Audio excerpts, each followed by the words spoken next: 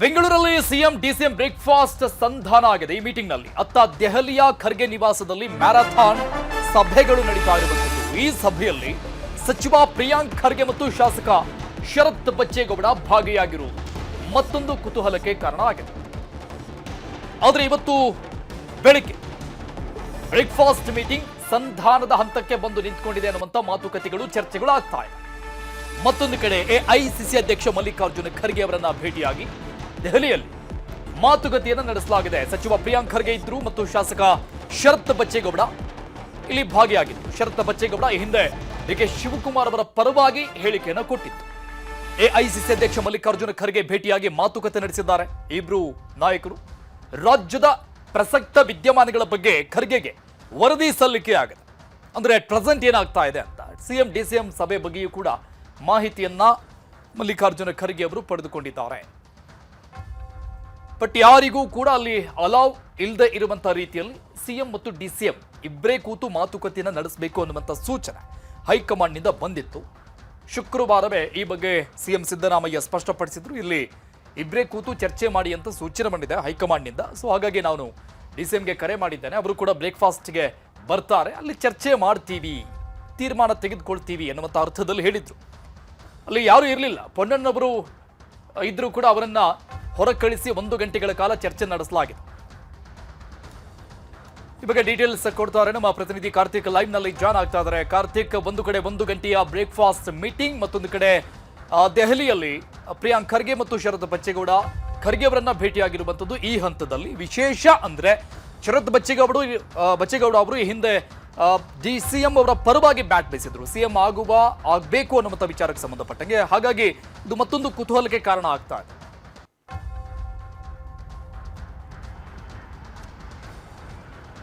ಅರುಣ್, ನಿಶ್ಚಿತವಾಗಿ ರಾಜ್ಯ ರಾಜಕಾರಣದ ಸಂಬಂಧಪಟ್ಟಂತೆ ಚರ್ಚೆಗಳು ಈಗ ದೆಹಲಿ ಮಟ್ಟದಲ್ಲೂ ಕೂಡ ಆಗ್ತಾ ಇದೆ. ಈಗಾಗಲೇ ಮಲ್ಲಿಕಾರ್ಜುನ್ ಖರ್ಗೆ ಅವರು ಎಐಸಿಸಿ ಅಧ್ಯಕ್ಷರನ್ನ ರಾಹುಲ್ ಗಾಂಧಿ ಅವರು ಕೂಡ ಇವತ್ತು ಭೇಟಿ ಮಾಡಿ ಕೆಲ ಕಾಲ ಚರ್ಚೆಯನ್ನು ಮಾಡಿದ್ದಾರೆ.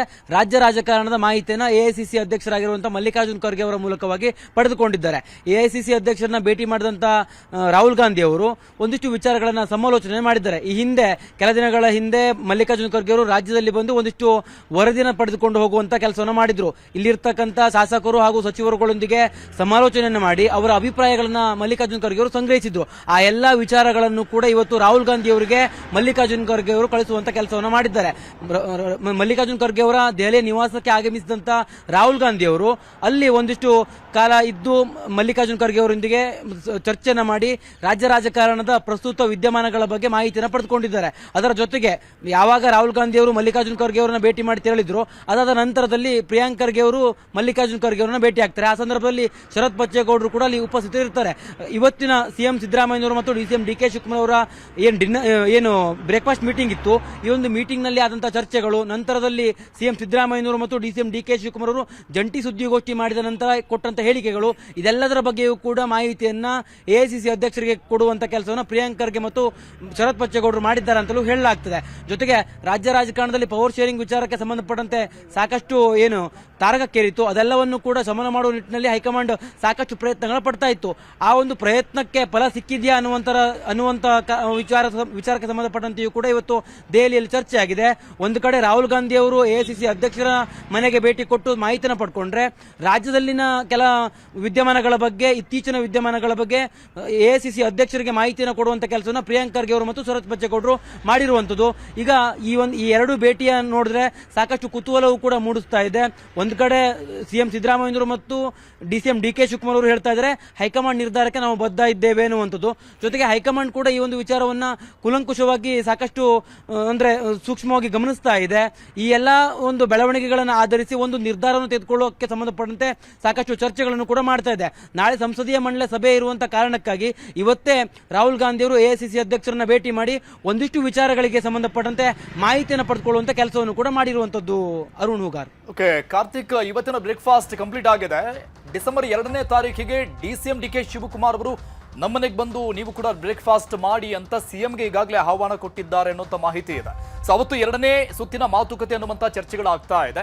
ಈಗ ಈ ಇಬ್ಬರು ನಾಯಕರಿಗೆ ಅಂದ್ರೆ ಖರ್ಗೆ ಅವರಿಗೆ ಮತ್ತು ಶರತ್ ಬಚ್ಚೇಗೌಡ ಅವರಿಗೆ ಈ ವಿಚಾರಕ್ಕೆ ಸಂಬಂಧಪಟ್ಟಂಗೆ 2ನೇ ಹಂತದ ಮಾತುಕತೆಗೆ ವಿಚಾರಕ್ಕೆ ಸಂಬಂಧಪಟ್ಟಂಗೆ ಏನಾದರೂ ಸೊಲ್ಯೂಷನ್ಸ್ಗಳನ್ನ ಅಥವಾ ಸೂಚನೆಗಳನ್ನ ಕೊಟ್ಟು ಕಳಿಸಿರಬಹುದು ಅಂತ ಅನ್ಸುತ್ತಾ ದೆಹಲಿ ನಾಯಕರು?